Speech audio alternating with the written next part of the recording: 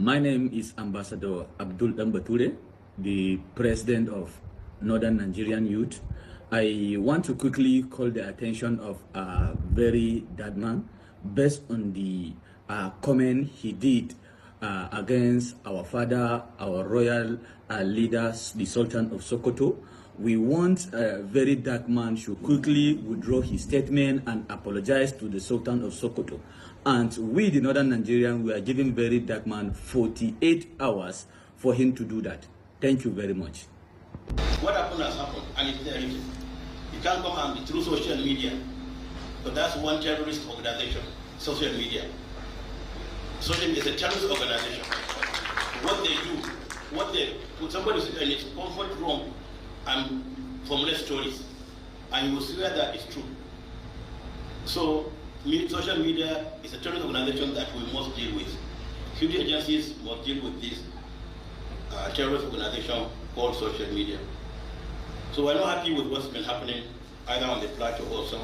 Okay guys, thank you for tuning in. You hear everything that is playing right now, that social media is a terrorist organization that needs to be regulated. Guys, what do you think about it? Because VDM reacted to this video like, social media, why would social media be a terrorist organization? Social media have done a lot of good out there. Like, social media have contributed to good of a lot of things that is happening now in Nigeria. Through this social media, very black dark man was able to help a lot of people out there, visiting different schools, doing a lot of things. You know, I don't know why social media should be regulated, guy. Or what do you think about this? Anyways, I will leave you guys to watch the video. Let me know what your thoughts are in the comment section. Stick around to the end, like this video, share, don't forget to subscribe. To all my returning viewers, thank you so much. So guys, let's dive right to the news. All right, so you heard the Sultan of Sokoto, Alhaji Muhammadu Sa'adu Abubakar III. He just said that social media is a terrorist organization and that it must be dealt with by the security agency. So basically now, he has started a campaign against social media. That's just the start of a campaign against social media. If you remember, they're already pushing for a bill that was led by Ned Nwoko. I saw it online. Led by Ned Nwoko, that social media should be regulated. So now this man don't join in voice as the Sultan of Sokoto. They are slowly strengthening it. So they are moving towards regulating social media.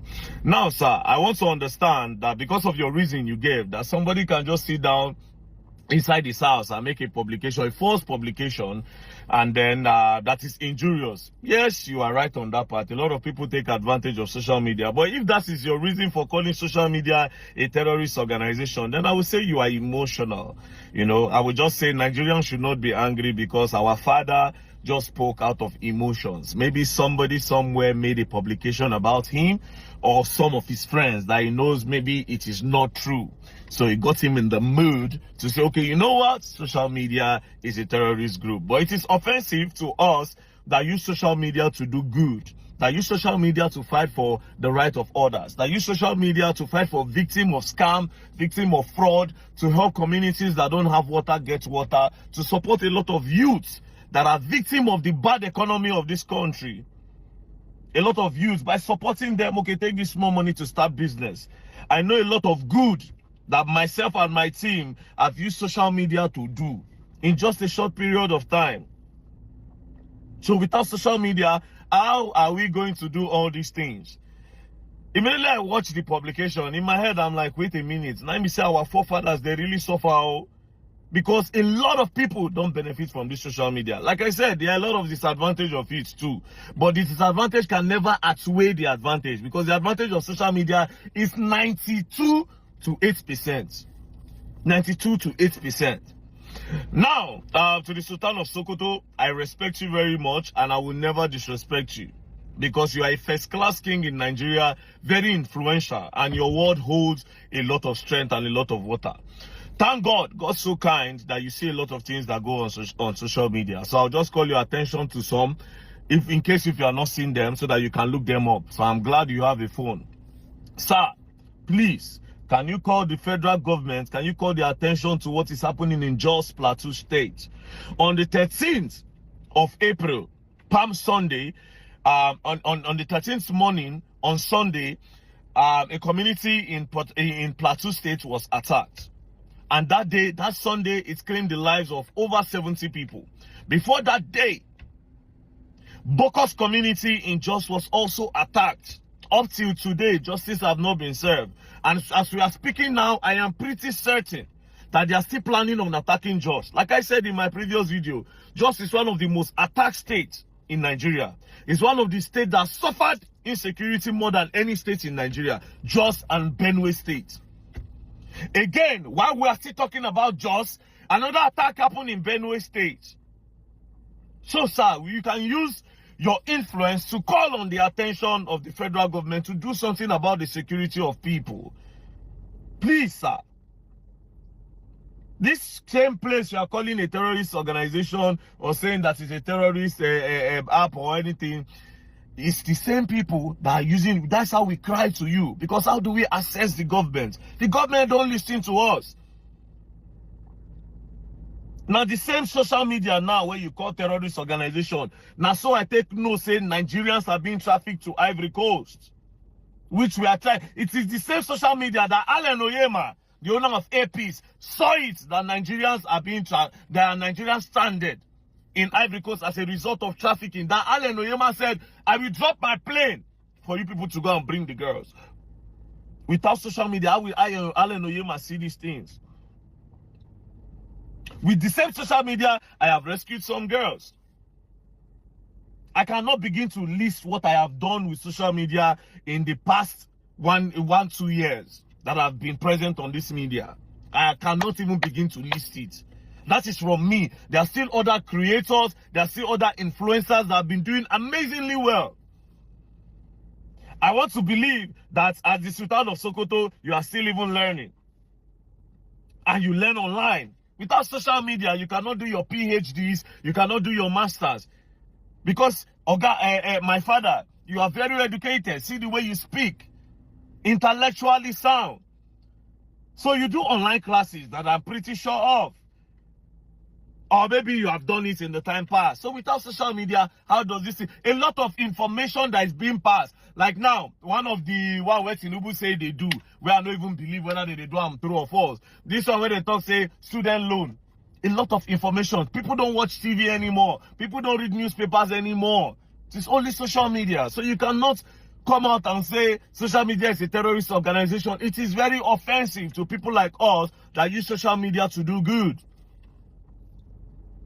So please, sir, use your office since you watch the media to call on the attention of the federal government about this injustice. See, Enugu women are still crying up to tomorrow. These herdsmen, they pipe them for bush. Bayelsa, they are still crying tomorrow.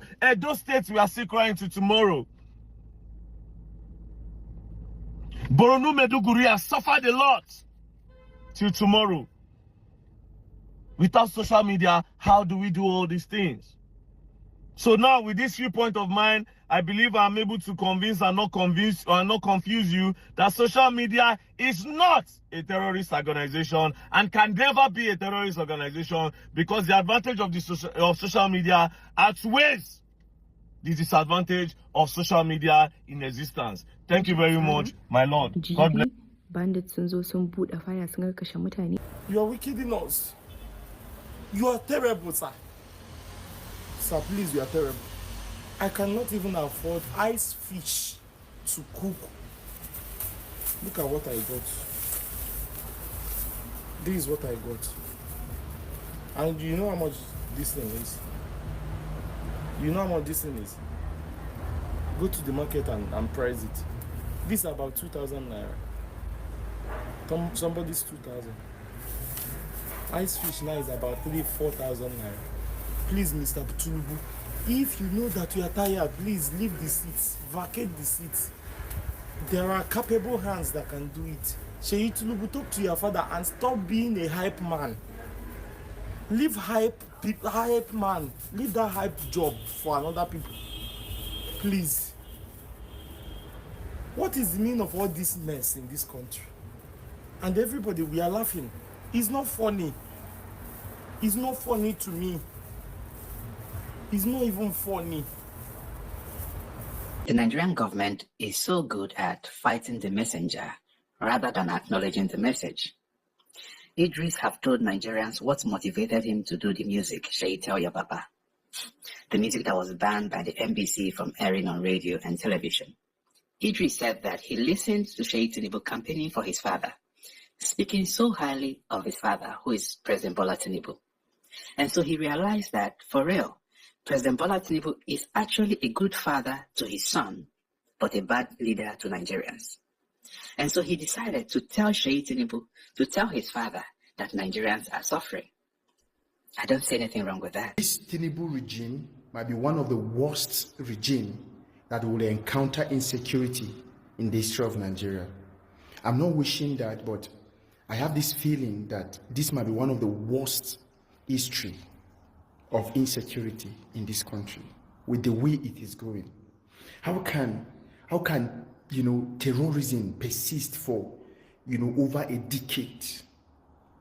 Right from the time of Goodluck Ebele Jonathan to Buhari and now to Tinubu, a group of terrorists that is so-called them unknown gunmen will go to villages.